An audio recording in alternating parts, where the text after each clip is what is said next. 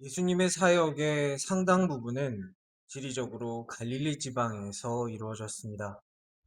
오늘 말씀부터 이제 예수님은 갈릴리를 떠나셔서 예루살렘으로 십자가를 향해서 발걸음을 옮기기 시작하셨습니다.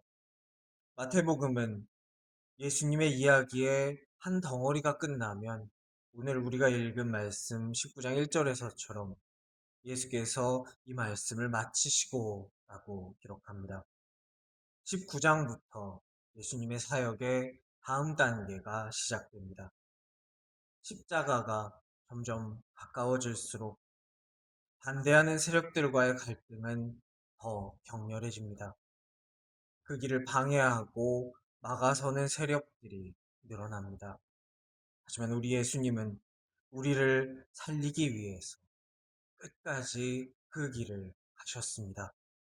우리도 예수님을 따라 끝까지 그 길을 가는 축복이 있기를 축원합니다. 오늘 말씀은 이혼에 관해서 말하고 있습니다. 하지만 이 말씀을 하신 핵심은 이혼에 있지 않습니다. 여기서의 이혼은 소재일 뿐입니다. 거기에 매몰되면 바리새인들이 끌고 가는 대로 끌려가게 됩니다.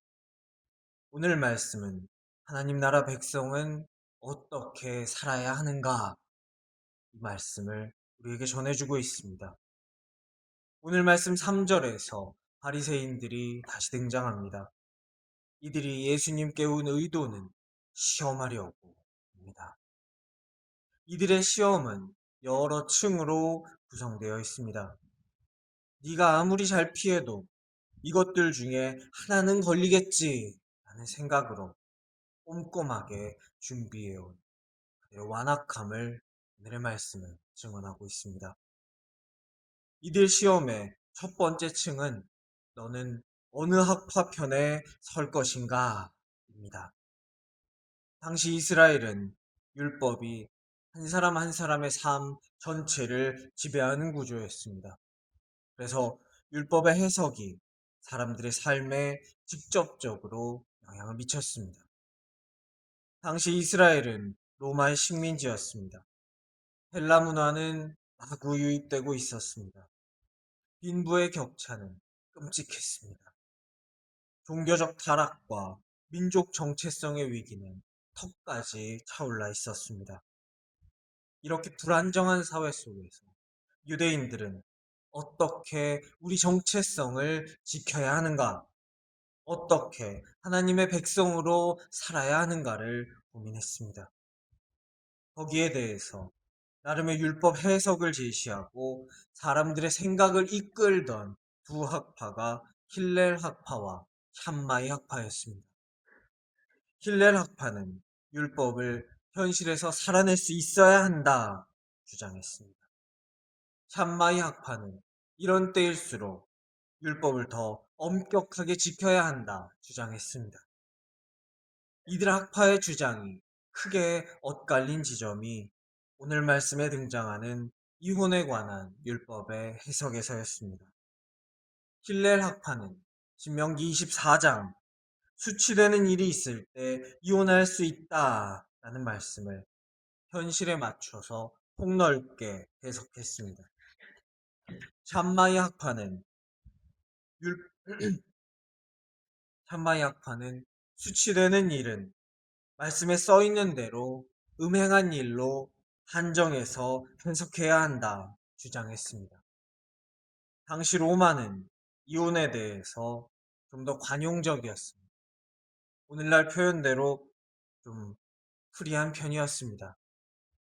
학파들이 율법의 해석에 목숨을 건 이유는 니들이 편하게 이혼하자고 프리한 로마의 율법을 따르면 그게 로마 사람이지 이스라엘 사람이냐. 나라도 없는 우리가 우리의 정체성을 지키는 길은 오직 율법을 준수한 것뿐이다. 정체성을 지켜야 한다. 라는 생각에서였습니다. 그 의도는 나쁘지 않았습니다. 하지만 힐렐 학파의 폭넓은 이혼 해석이 당시 남성 위주의 사회 속에서 악용되었습니다. 밥을 태워도 수치되는 일이므로 이혼, 사소한 갈등을 가지고 있어도 수치되는 일이므로 이혼, 이렇게 이혼을 쉽게 만들자 이혼을 빌미로 여성들을 통제하는 수단으로 악용되었습니다. 여성들은 이혼해서 혼자 살게 되었을 때, 독립했을 때 생계를 유지하기가 어려웠기 때문에 너 내 말 안 들으면 이혼이야 라고 이렇게 이혼으로 위협하는 것은 사람의 목에 칼을 들이미는 것과 다를 게 없었습니다. 그렇다면 다른 학파인 샴마이 학파의 해석이 답이었는가? 그게 더 옳은가? 라고 한다면 그렇지도 않습니다. 실제 결혼이 파탄이 나서 차라리 이혼하는 것이 나은 경우는 그때에도 존재했습니다. 대표적인 예가 가정폭력입니다. 남편이 여자를 때립니다. 애들을 때립니다. 심각하게 사람이 죽을 정도로 때립니다. 하지만 수치되는 일은 하지 않았으므로 이혼 불가 이런 판정이 나와버립니다. 이런 문제들이 발생하고 있는데 해석은 충돌하고 대안은 나오지 않는 상황에서 바리새인들이 이것을 들고 예수님께 선택을 강요합니다. 당신은 어느 학파 편에 설 것이냐? 힐렐이냐? 샴마이냐? 예수님께 나와 묻고 있습니다. 둘 중 어느 쪽을 택해도 반대쪽을 지지하는 사람들은 예수님으로부터 등을 돌릴 것입니다. 어떤 것을 선택하던 너를 따르는 사람들은 반토막 난다. 자, 빨리 골라라. 네 손으로 너를 따르는 사람들을 반토막 내라. 지금 바리새인들은 예수님 앞에서 이 선택을 강요하고 있는 것입니다. 딱 요즘 기간에 들기 좋은 시험입니다. 하지만 이제 나올 예수님의 말씀은 이것과 저것을 넘어섭니다. 우리도 넘어서신 예수님을 따라서 우리 눈앞의 시험을 넘어서서 내 눈앞에 있는 누군가의 해석, 누군가의 편 이것이 아니라 하나님의 뜻을 찾는 복이 있기를 축원합니다.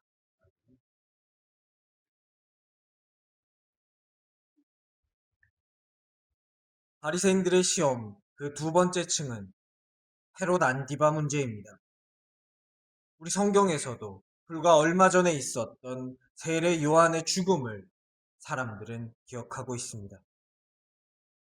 세례 요한의 죽음은 이것 때문에 시작되었습니다.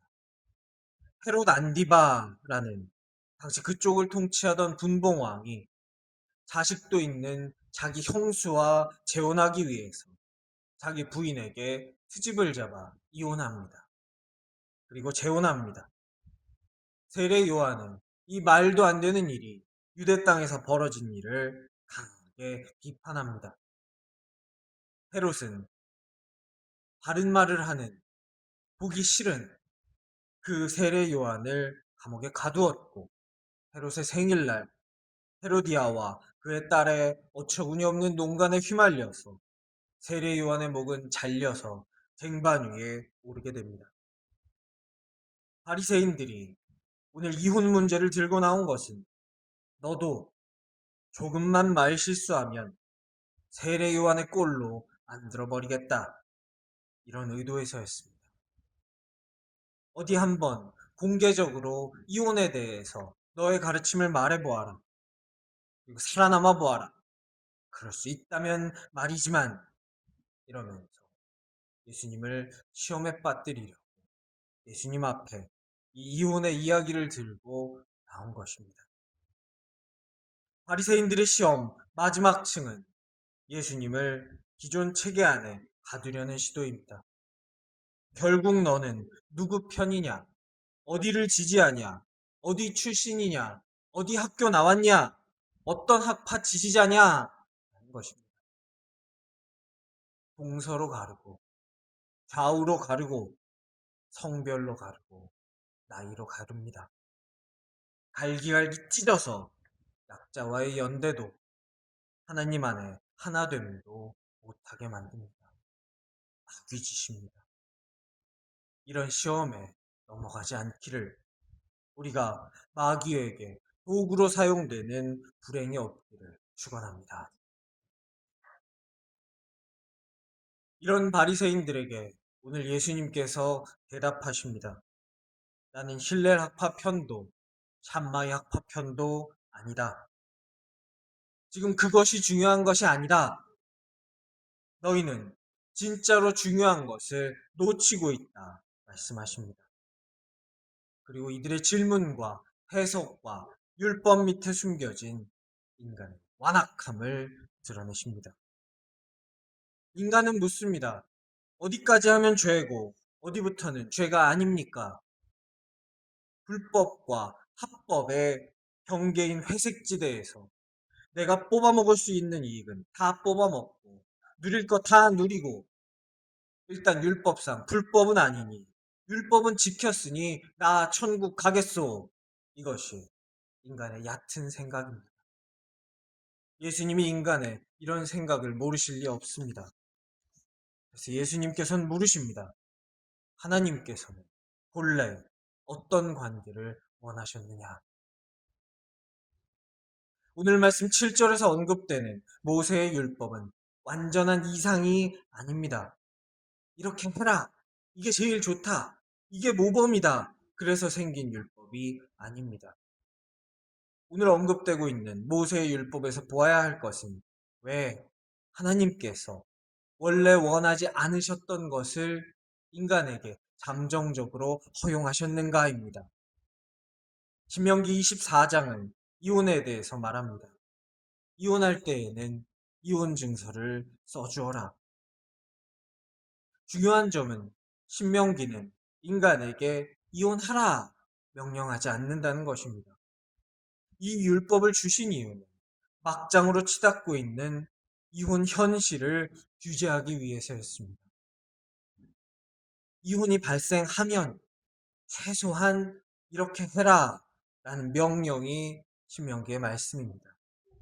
왜냐하면 이렇게 최소한도 안 하고 자기 부인을 마구 내쳤기 때문입니다. 나가면 먹고 살 길이 막막하다는 것을 알면서 자기 새장가 가겠다고 자기와 결혼해서 지금까지 살던 사람을 내쳤기 때문입니다. 이렇게 하나님의 뜻을 거부한 모습을 예수님께서는 완악하다 말씀하십니다.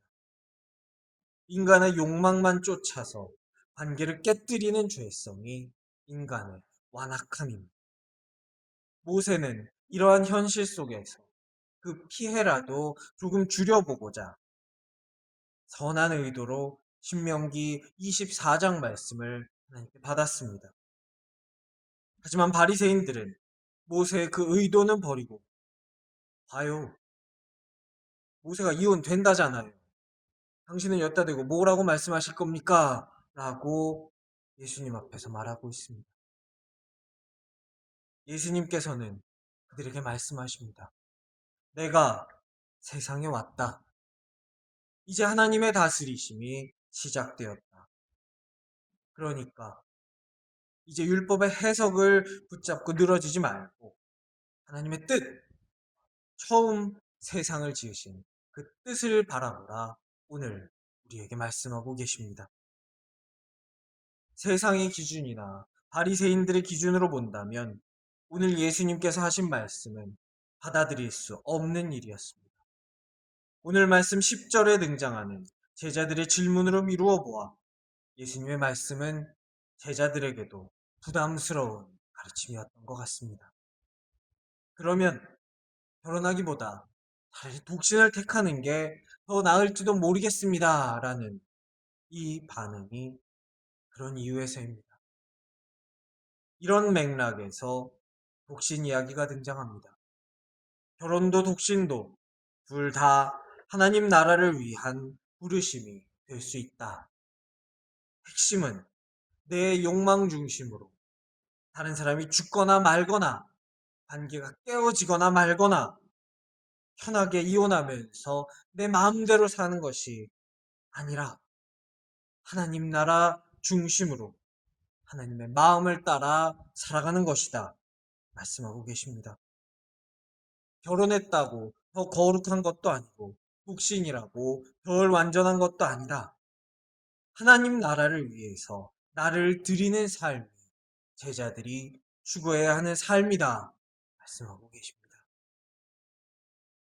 오늘 말씀에서 예수님은 관계를 소모품처럼 다루고 있는 인간의 완악함, 자기 욕망만 우선하는 자기 중심성, 그리고 상대를 나의 소유물로 다루는 태도, 이것이 너희 마음속에 자리 잡고 있다. 폭로하십니다. 그리고 산상수훈에서 하셨던 말씀처럼 살인만 안 하면 되지요? 아니다. 분노부터 다뤄야 한다. 간음만 안 하면 되지요? 아니다. 욕망의 시선까지 다뤄야 한다. 말씀해 주시고 가르쳐 주셨던 것처럼 오늘 모세가 이렇게 말했으니 이혼해도 되지요? 이거 합법이죠? 라는 그 시험에 아니다. 그것보다 더 깊은 하나님의 뜻이 있다. 가르쳐주고 계십니다. 하나님 나라의 삶은 인간과 인간의 관계마저 내 권리, 내 욕망 중심이 아니라 하나님께서 우리를 지으신 그 뜻과 하나님 앞에 서 있는 예수님의 제자로서의 신실함으로 살아가는 것이 제자된 삶이다. 우리에게 가르쳐주고 계십니다. 우리의 관계와 우리의 삶이 오늘 우리에게 가르쳐 주신 예수님의 말씀대로 될 수 있기를 예수님의 이름으로 간절히 축원합니다.